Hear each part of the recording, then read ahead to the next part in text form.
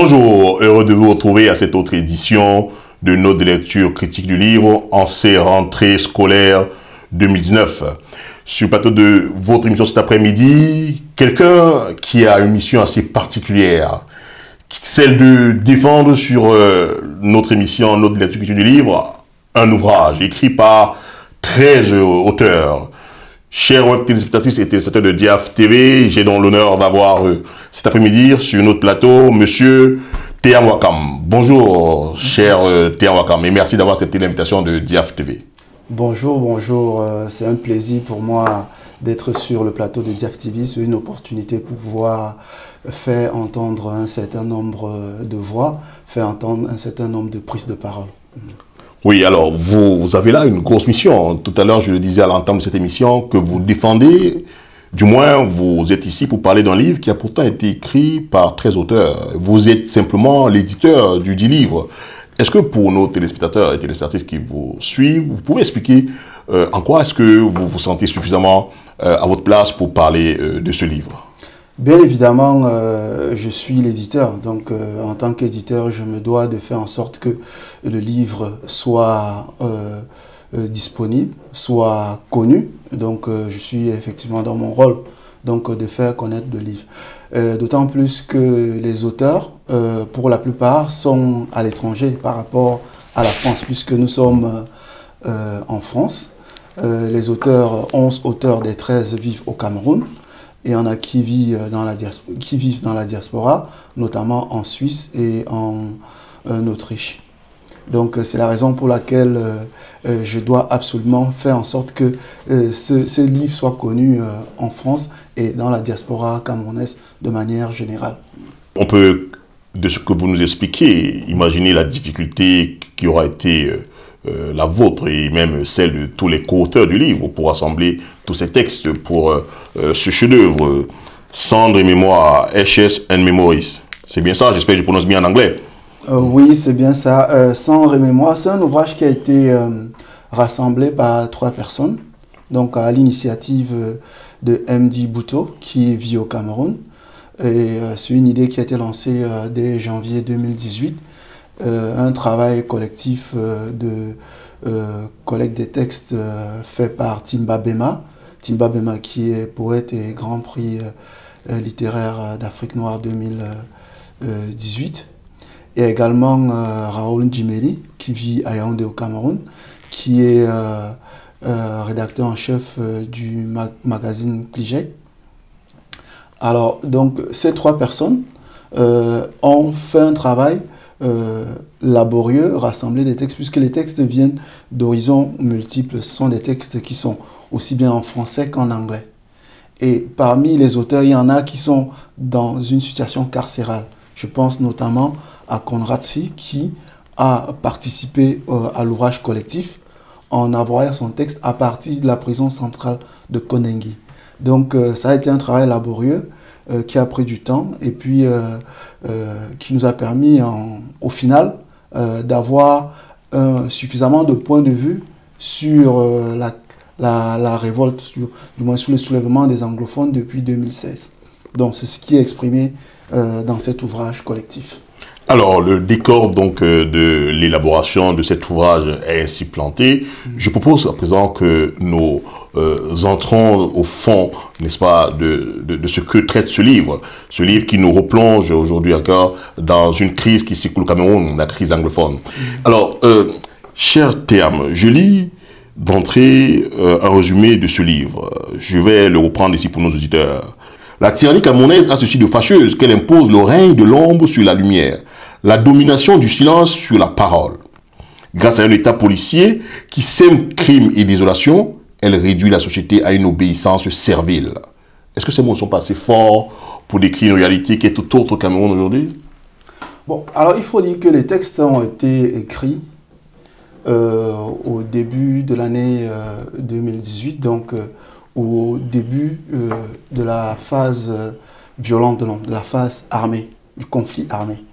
Puisque le président Paul Biya a déclaré la guerre aux anglophones le 30 novembre 2017. Donc c'est à partir de ce moment-là qu'on considère que le conflit devient une guerre, donc une guerre entre les Ambazoniens et le gouvernement camerounais.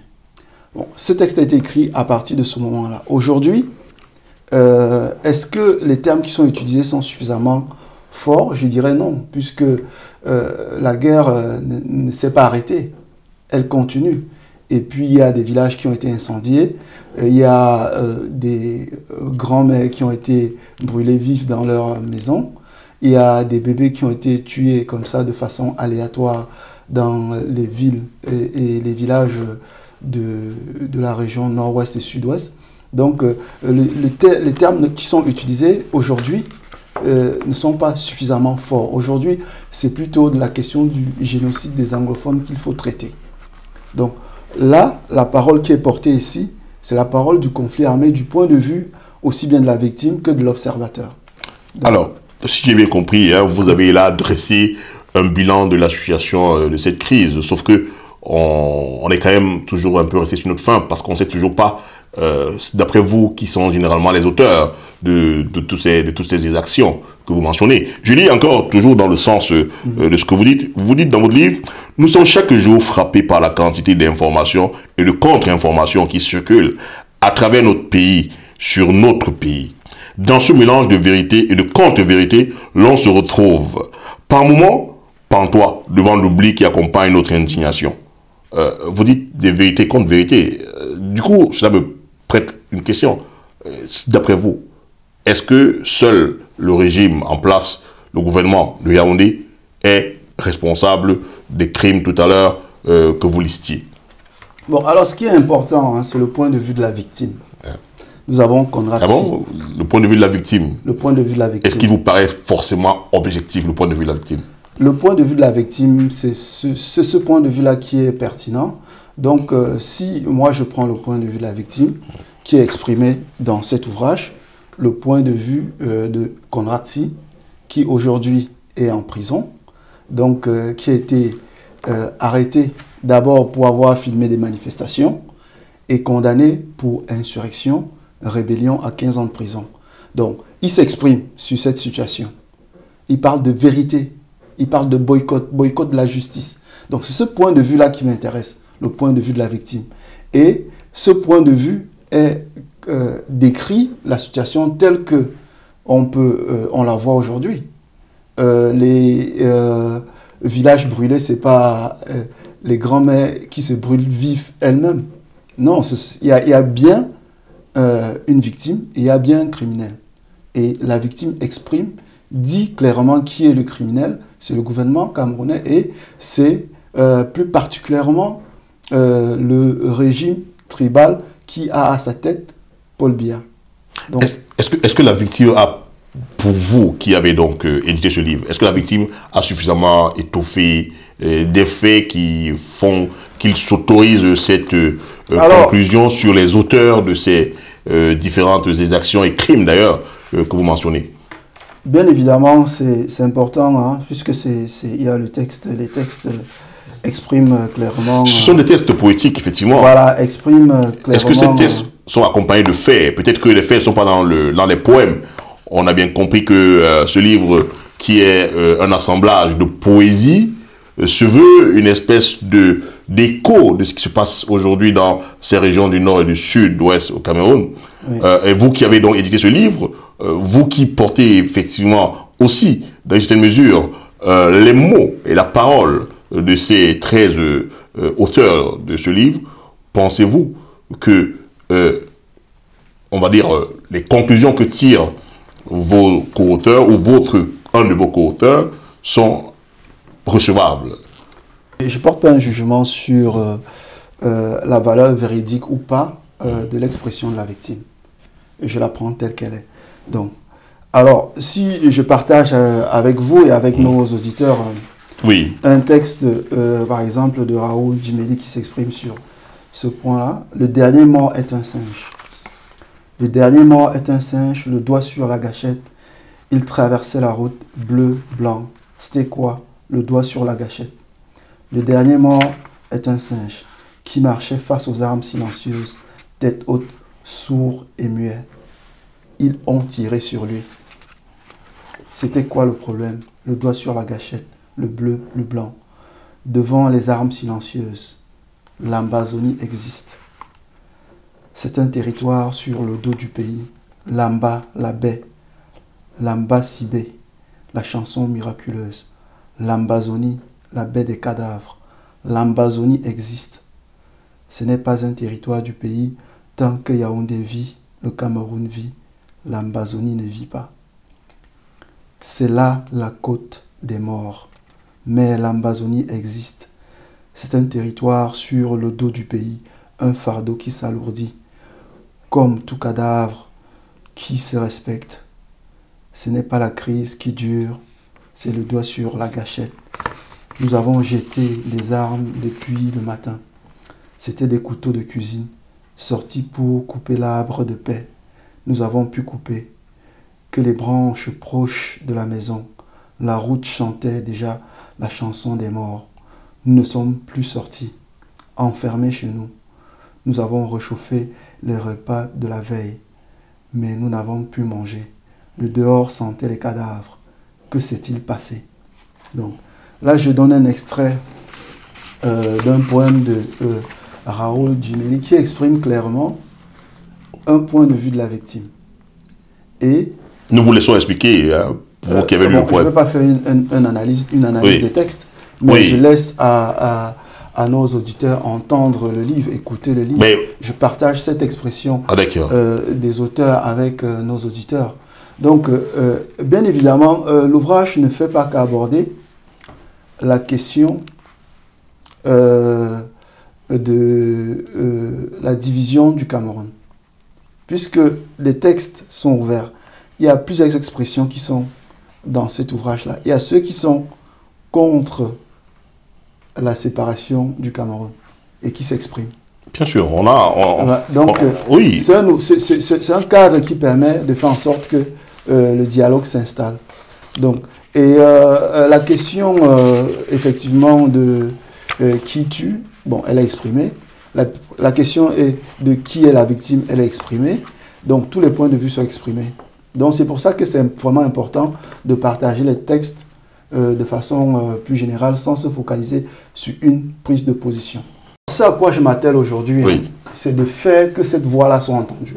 Puisque c'est un crime qui est sous silence, qui est mis sur lequel on ne s'exprime pas suffisamment.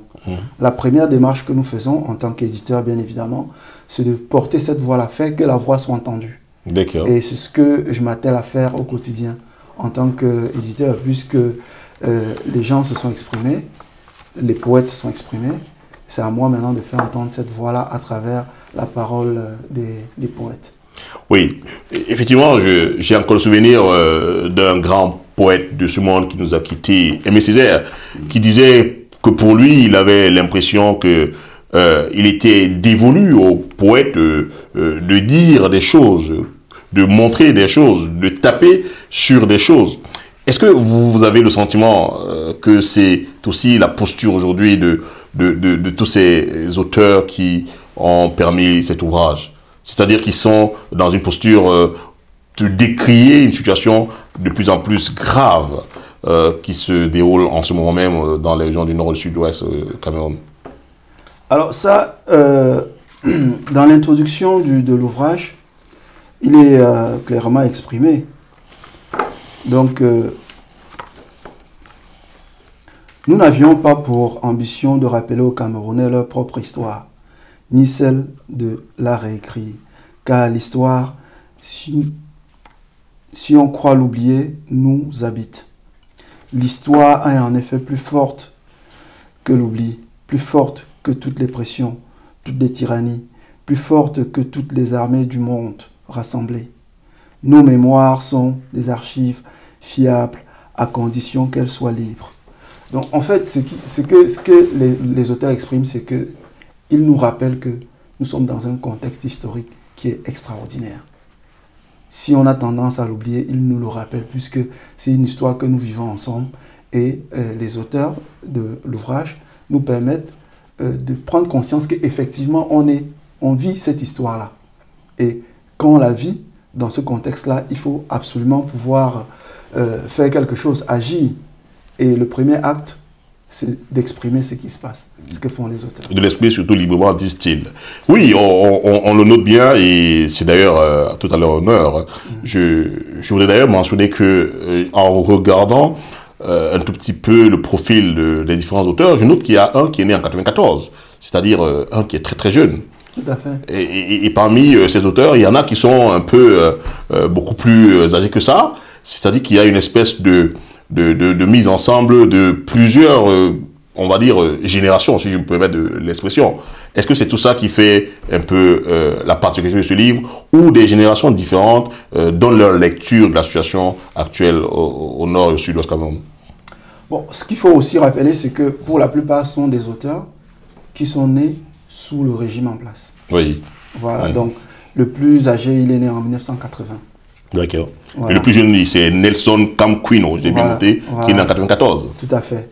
Donc, ce sont des personnes qui ont connu rien d'autre que le régime en place. Donc, ils ont connu la dictature depuis leur naissance. Et aujourd'hui, ils sont arrivés à un moment donné de leur vie où ils se disent on ne peut pas continuer comme ça. On ne peut pas laisser la tâche aux générations futures. Donc, la guerre contre les anglophones aidant, ils s'expriment, ils prennent la parole et disent non, ça suffit. Oui, ma question était effectivement de savoir si pour vous, la différence d'âge entre les différents auteurs est assez ici pertinente pour donner la force à cette œuvre. Moi, je pense qu'il n'y a pas vraiment de... Puisque ce sont des personnes qui vivent la même chose au quotidien. Donc, ils vivent la même guerre, ils vivent les mêmes violences. Ils sont dans un univers qui est pratiquement carcéral, où on ne peut pas s'exprimer, où la prise de parole est réprimée, où il est carrément impossible de faire... de s'exprimer contre, du moins, de poser un désaccord contre la parole qui est exprimée par le gouvernement. Donc ça, c'est bien évidemment des gens qui vivent la même situation. Je ne pense pas qu'il y ait une différenciation à faire en fonction de leurs âges, en fait. D'accord. Ok. Et ben, il faut quand même noter que, au-delà de la différence d'âge, on a quand même noté qu'ils sont tous de profils parfois très différents. Il y en a qui sont des jeunes chercheurs, il y en a qui sont simplement des poètes déjà avec plusieurs années de pratique de poésie. Il y en a qui sont plutôt journalistes. Oui, oui. Mais est-ce que tout ça ne dégage pas quelque chose dans un ouvrage comme celui-ci? Alors, ce qu'il faut rappeler, c'est quand même que il y a un lien et un fil conducteur. C'est le soulèvement des anglophones du Cameroun. C'est ça qui les unit. C'est pour ça qu'ils sont mis ensemble pour exprimer un point de vue. Est-ce que les activités professionnelles, est-ce que leur catégorie socio-professionnelle a une influence? Bien évidemment, chacun vient avec son expérience. Mais ils ont à cœur de partager, de dire ce qui se passe et ce qu'ils font avec chacun à sa manière. Il y en a qui vont plutôt avoir une approche guerrière, une approche plutôt économique, sociale. Donc, on va dire, le jeune garçon, donc, quand je dis social, c'est la destruction de la cellule familiale qui est exprimée par Timba Bema. Donc tous ces aspects-là permettent d'avoir une vue assez large de la question et puis du soulèvement des anglophones. En fait. Il est écrit, le rêve de l'écrivain dans notre pays a toujours été de créer un langage universel, lui servant de passerelle avec le peuple, afin de transcender le statu quo politique. Vous pensez qu'aujourd'hui, ce livre-là illustre à suffisance le langage universel attendu par le peuple pour comprendre les problèmes qui sont les siens en ce moment? On a eu des auteurs, hein, Mongo Betty par exemple, qui est cité dans l'ouvrage, tout à fait, qui ont pris la parole pour exprimer clairement et dénoncer la situation dans laquelle nous nous trouvons. Aujourd'hui, il y a d'autres auteurs également qui expriment clairement la parole, prennent la parole effectivement pour exprimer la situation dans laquelle nous sommes. Il y a notamment Patrice Nganan qui est connu pour cette analyse de la situation dans laquelle nous nous trouvons. Alors, pour vraiment être précis sur la question posée, il a en partie se répondu dans l'introduction. L'écriture est donc inscription de la pensée dans le réel. Et une fois de plus, Mongo Betty et Bol Boutake nous le rappellent. Elle est l'utérus de l'histoire. Oui, c'était justement la suite de la partie que j'avais lue. Ouais. La question était de savoir si vous, aujourd'hui, vous pensez que ce livre-là, cet ouvrage aujourd'hui, illustre bien cette opinion-là. Bien évidemment, bien évidemment. Les auteurs s'inscrivent dans cette démarche-là. Faire à ce que l'on ne l'oublie pas, cette histoire. Qu'on n'oublie pas ce qui se passe. Oui, et d'ailleurs, un peu plus loin toujours, dans cette partie qui a été rédigée par Timba Bema, Raoul Dimeli et puis Mbuto, ils disent « Ceci n'est un secret pour personne. On parle peu du soulèvement anglophone qui s'est transformé en guerre civile, arrachant des vies, violant des corps, fabriquant des orphelins, des veuves, des réfugiés et des déplacés. Pourtant, de nombreux Camerounais continuent d'affirmer qu'il n'y a jamais eu une crise anglophone, qu'il n'y a jamais eu un problème spécifiquement anglophone, que le Cameroun traverse seulement une faible zone de turbulence dans son histoire tranquille. » Alors, c'est toujours vrai aujourd'hui? Effectivement, oui, c'est toujours vrai. Je pense que c'est toujours vrai. Et tant que les francophones, de manière générale, n'admettront pas qu'il y a un problème spécifiquement anglophone au Cameroun, on aura une opposition permanente anglophone-francophone. Je m'explique. Il y a une confusion totale qui se fait régulièrement sur cette question-là. Donc, on ramène le problème anglophone au problème d'infrastructure. Les francophones n'ont pas aussi de route comme les anglophones. Donc, ce sont des problèmes d'infrastructure qui ne sont pas au cœur des revendications des anglophones. Les revendications sont structurelles. Donc, ce sont des revendications qui sont liées à la discrimination, qui sont liées à l'exclusion, qui sont liées même à l'animalisation des anglophones, puisque le ministre de l'administration territoriale, Atangadji, les traite de chiens. Ce sont des problèmes fondamentaux, donc ils sont exclus de la communauté nationale, ils sont discriminés, et même institutionnellement, la Constitution n'est pas respectée. Donc, ce n'est pas uniquement des problèmes d'école, il y a d'eau potable, d'électricité. Donc, c'est un problème fondamental qui est à l'origine, qui est consubstantiel en fait, qui naît avec la fin du fédéralisme. Donc ça, c'est quelque chose qu'il faut absolument comprendre et s'exprimer dans d'autres ouvrages que nous avons publiés, oui. Qui expliquent très bien le contexte. Oui, je dois mentionner qu'effectivement, c'est la deuxième fois que nous discutons ici sur cette émission d'un ouvrage qui a été édité par vos éditions Théam. Oui. La dernière fois, c'était donc un essai de Patrice Ganan, comme vous l'avez mentionné. Bien évidemment, qui explique... toujours sur la question anglophone. Voilà. Et juste, si on peut se permettre de vous poser la question, vous faites de la question anglophone aujourd'hui votre véritable leitmotiv dans votre maison d'édition, parce que ça fait quand même 2 fois qu'on vous retrouve comme éditeur de toutes ces œuvres qui consacrent à cette question-là, tout leur contenu. La guerre contre les anglophones, le génocide des anglophones, c'est le problème de notre génération. Si un éditeur ne s'investit pas sur la question, il est en dehors de l'histoire. Donc c'est la raison pour laquelle je m'investis de façon permanente à cette question-là. C'est le problème de notre génération. L'écrivain doit s'investir sur ça. L'éditeur doit pouvoir faire en sorte que l'écrivain soit entendu. Je vous propose de reprendre un texte qui m'a paru assez quand même, je ne sais pas si je vais dire violent, mais il est quand même brutal, le texte. Hein. Je crois que ce texte, il est de Sami Manga. Oui. Hein, qui est un écrivain également, militant, éco-poète et ethno-musicien. Il dit « Parce que la démocratie est une pute au vagin souillé, je ne bande plus depuis 1960 ».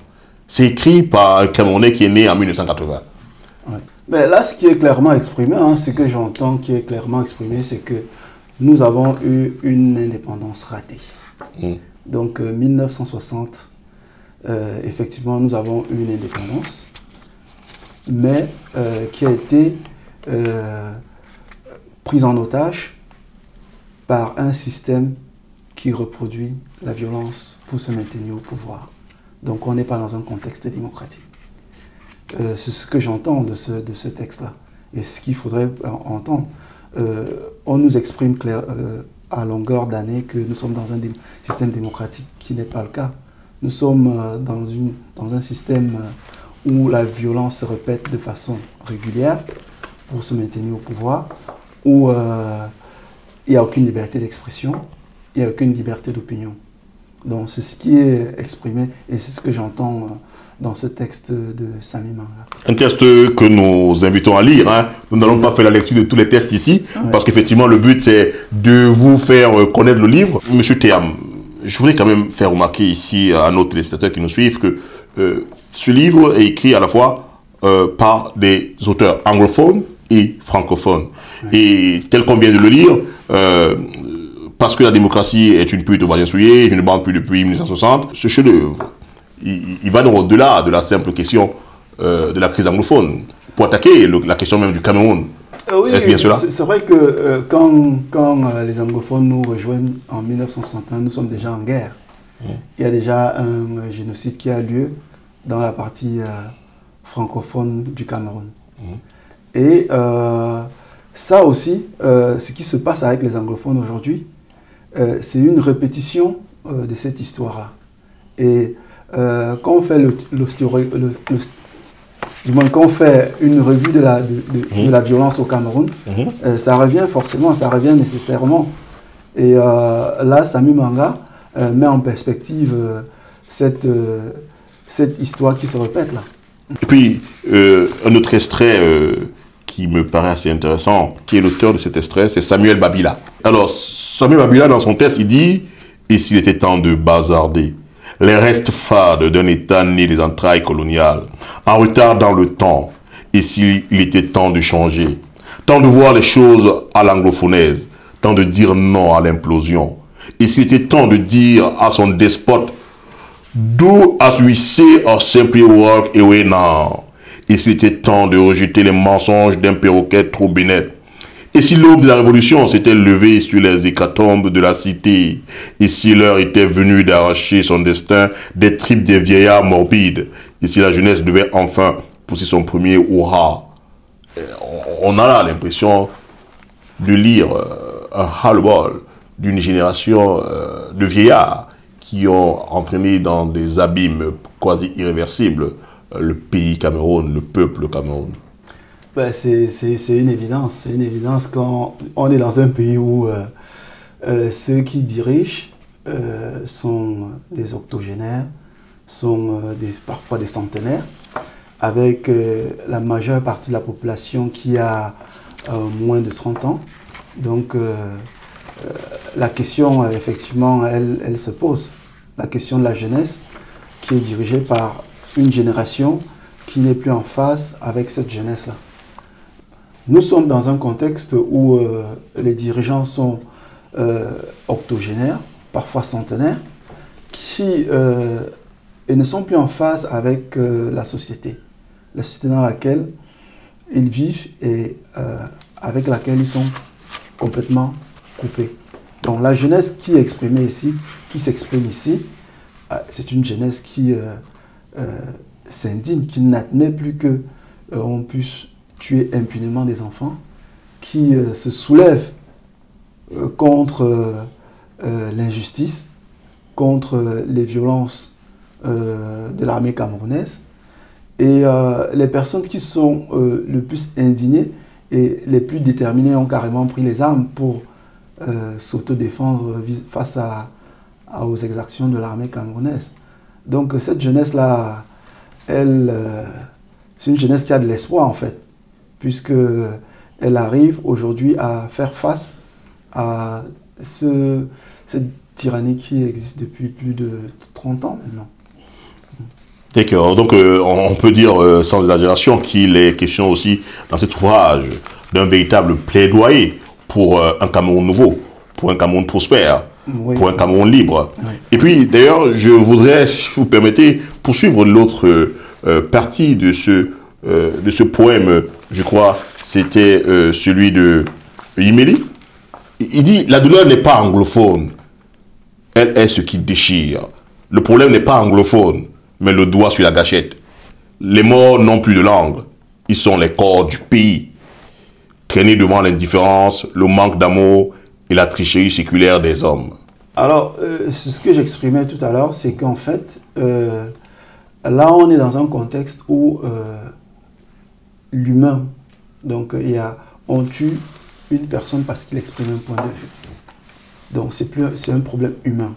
C'est un problème où toute personne doit pouvoir s'indigner. Puisque si on va plus loin, disons, en allant plus loin, le problème, effectivement, n'est plus qu'anglophone, c'est un problème non seulement camerounais, mais mondial. Puisqu'on est dans des cas de violation des droits humains. Oui. On est dans un contexte de crime contre l'humanité. On est dans un contexte de génocide. Comment il va d'ailleurs, Conrad Ti? Bon, alors j'ai décidé de faire une levée de fonds pour le soutenir. Bon, il y a plusieurs personnes qui font des campagnes de soutien, qui apportent leur soutien. Donc, c'est pas forcément des nécessités, mais j'estime que un auteur que j'ai publié ne peut pas être en prison et je ne lui apporte pas mon soutien. Donc, ce qui fait que, au-delà de faire entendre sa parole, je me suis engagé à faire une levée de fonds qui lui permet de satisfaire les besoins, les premiers besoins d'hygiène, des choses simples en fait. Avoir du papier pour écrire, pouvoir se soigner, puisqu'il fait partie des personnes qui ont été torturées à l'issue, après les incidents ou après la grève qui a eu lieu le 22 juillet à la prison centrale de Koningui. Pendant 10 jours, nous sommes restés sans nouvelles. Et à l'issue de ça, ils sont sortis avec la tête fondue, bras fracturés. Donc, cette campagne, elle est disponible. Je la fais régulièrement en mon nom propre, sur ma page Facebook personnelle. Et ça permet d'envoyer par le biais de sa fiancée qui est au Cameroun, d'apporter un soutien qui accompagne également d'autres soutiens qu'il peut recevoir par ailleurs.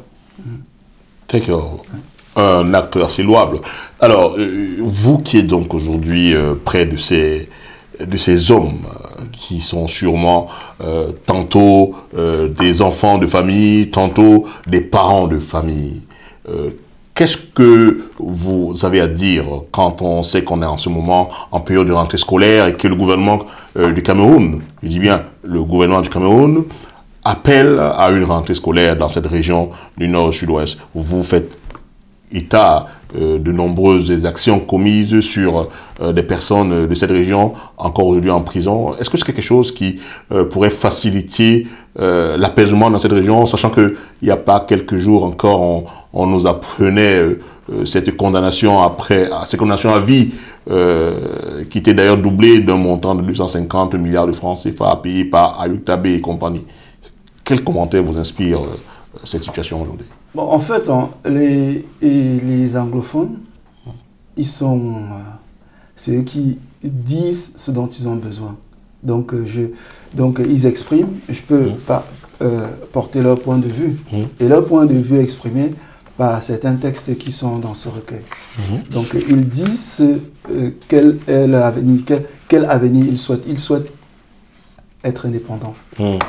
Donc aujourd'hui, bon, force est de constater que l'armée camerounaise, l'administration, n'occupe plus vraiment le territoire.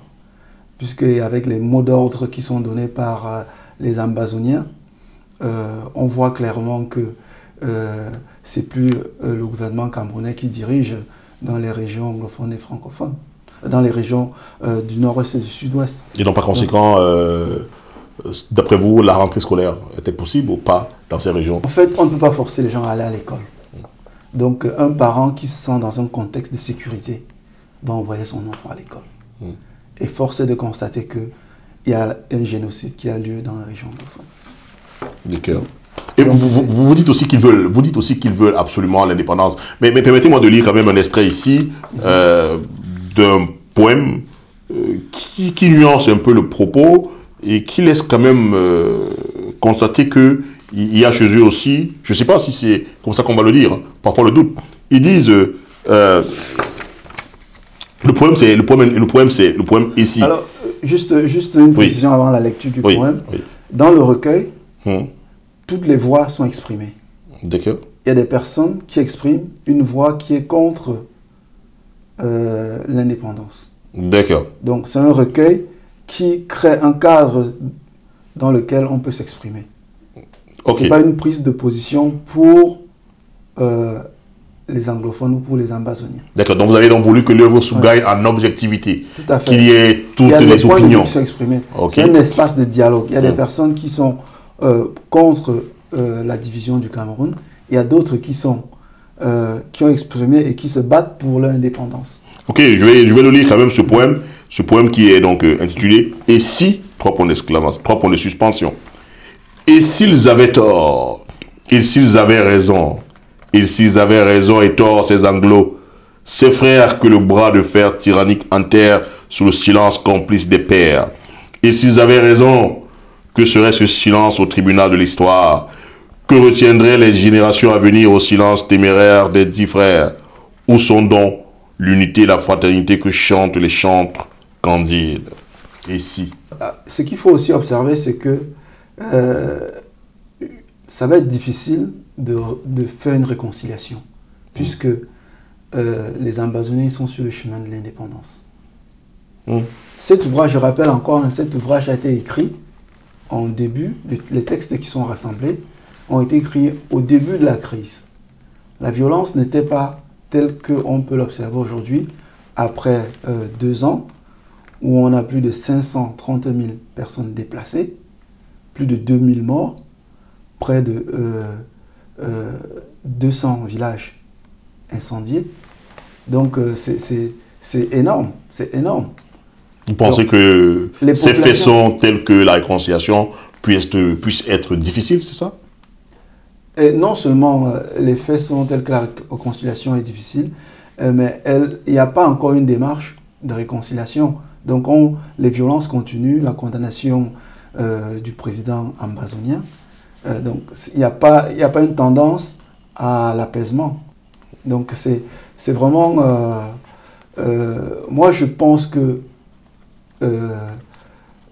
tel que c'est parti, ça va être difficile de pouvoir faire la réconciliation entre les anglophones et les francophones. Alors, nous sommes en train donc de nous acheminer vers la fin de cette émission.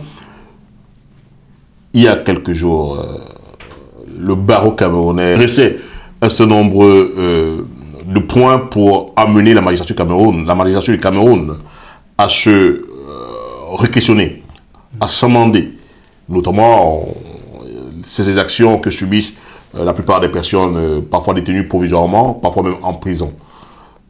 Est-ce que vous avez, avec cette sortie du barreau camerounais, l'impression qu'il y a une lueur d'espoir quant à la détention de certains Camerounais pour parfois des raisons incongrues comme celle de votre auteur, Monsieur Conradi, qui a été arrêté comme le cas de Wilfried Sioé. Tout à fait. Tous les deux aujourd'hui sont presque dans la même situation pour les mêmes raisons. Je rappelle que Conradi filmait simplement la manifestation qu'avait organisée Mahacho BBC. Et je rappelle que c'est aussi les raisons pour lesquelles Wilfried Sioé est condamné aujourd'hui en prison depuis bientôt 6 mois pour avoir filmé un bâtiment public au Cameroun. Est-ce que c'est une lueur d'espoir aujourd'hui pour vous, cette sortie du barreau camerounais qui demande aux magistrats camerounais de s'amender et de revoir les méthodes et les pratiques aujourd'hui en place au Cameroun? Moi, je pense que la question aujourd'hui, la question qui est posée aujourd'hui, c'est la question du génocide des anglophones. C'est ça qui est préoccupant. c'est les crimes qui sont commis par l'armée camerounaise dans la région anglophone. Et ce ne sont pas des questions qui peuvent être gérées ou résolues par la justice camerounaise. Ce sont des questions qui vont être gérées par des instances internationales, notamment les Nations Unies. Donc, après le reste, ce que dit les interpellations des magistrats, la justice, personne ne fait plus confiance à la justice camerounaise. D'ailleurs, elle est de justice que de nom. Donc, ce qui est préoccupant, de mon point de vue, c'est le génocide des anglophones.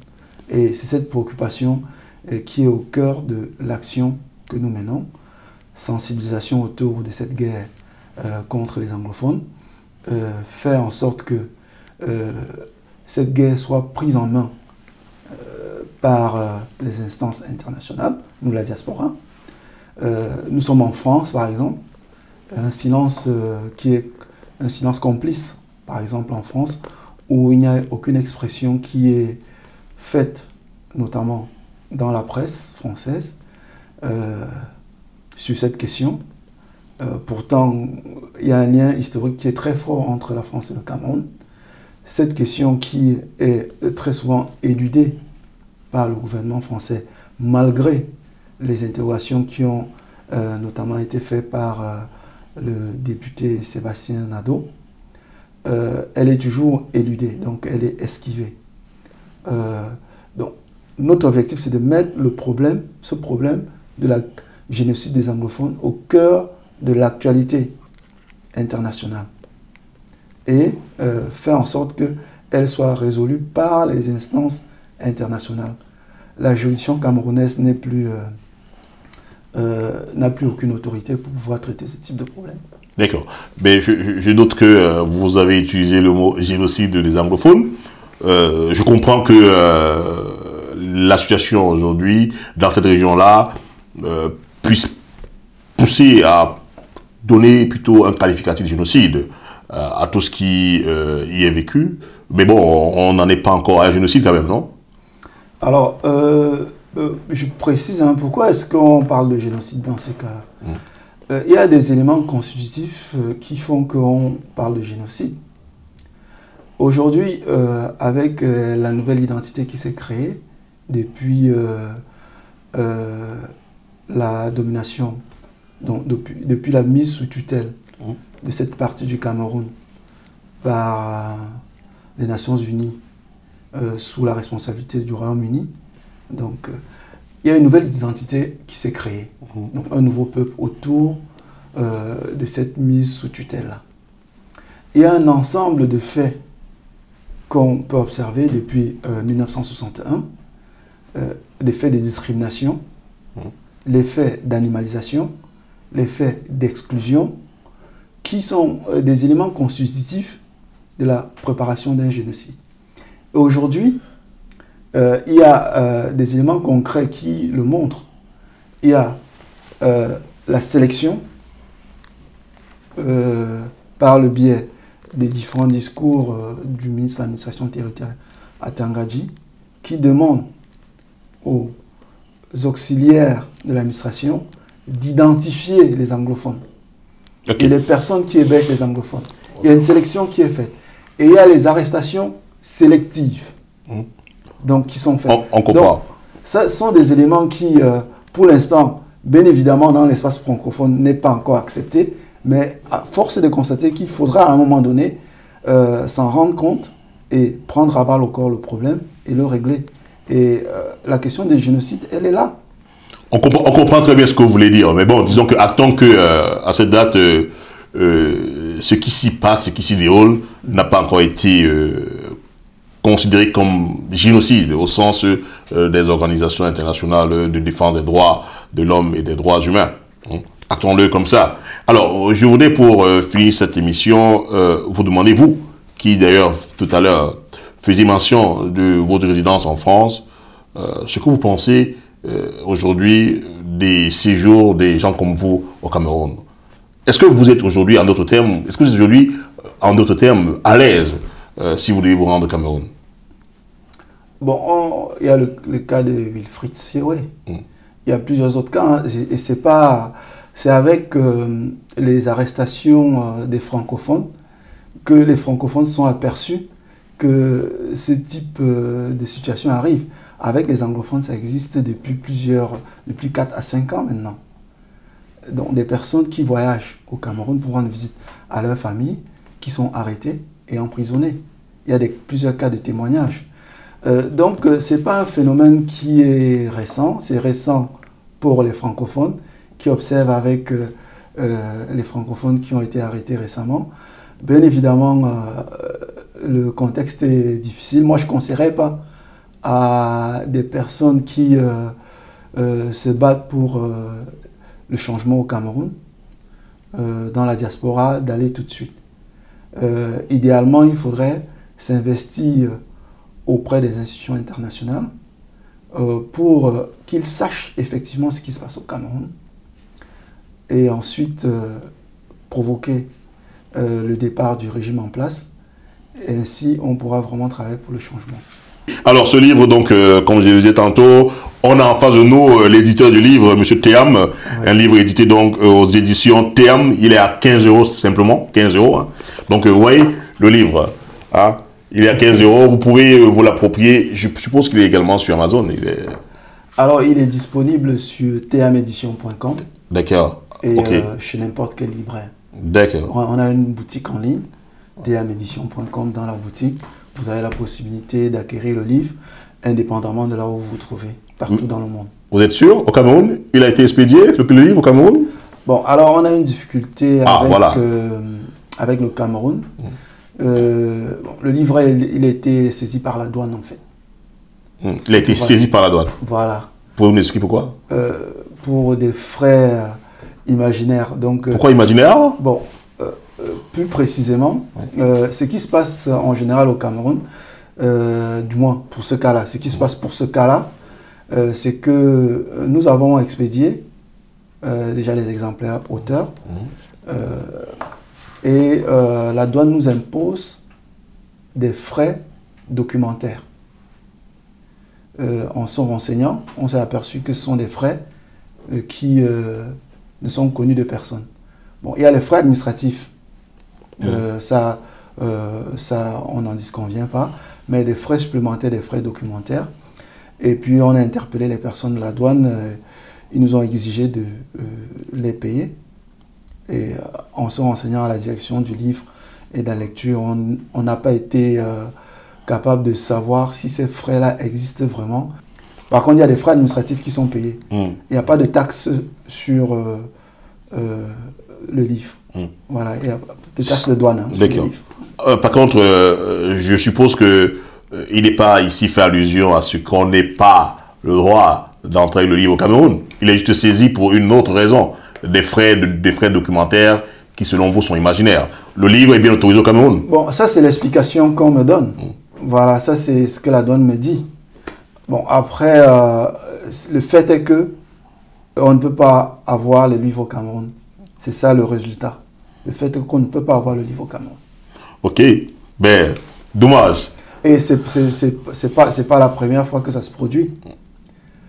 Avec l'ouvrage La Révolte anglophone, l'ouvrage a été également saisi par la douane. Du Patrice Nganon. Voilà. Et jusqu'aujourd'hui, le commissariat dans lequel on est allé pour pouvoir réclamer le retour du livre, ils nous ont dit qu'il faut qu'ils aient comment dire, l'autorisation de la hiérarchie. Donc ça fait plus d'1 an. Pour vous retourner vos livres, ils veulent l'autorisation de la hiérarchie. Compliqué. Hein? Donc ce sont des méthodes, ce sont des méthodes comme celle-là qui font que le livre ne circule pas. Ils ne te diront pas que c'est interdit.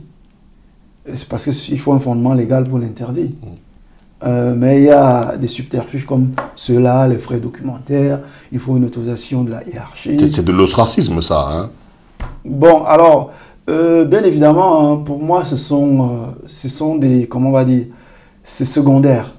C'est secondaire puisque les idées circulent, il y a l'Internet, on partage des idées qui sont dans l'ouvrage, mais physiquement, l'ouvrage n'est pas les ouvrages ne sont pas disponibles au Cameroun. Voilà. Pour l'instant, je précise, pour l'instant.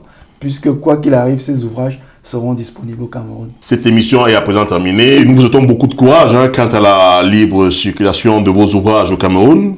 Et merci d'avoir accepté notre invitation sur Diaf TV.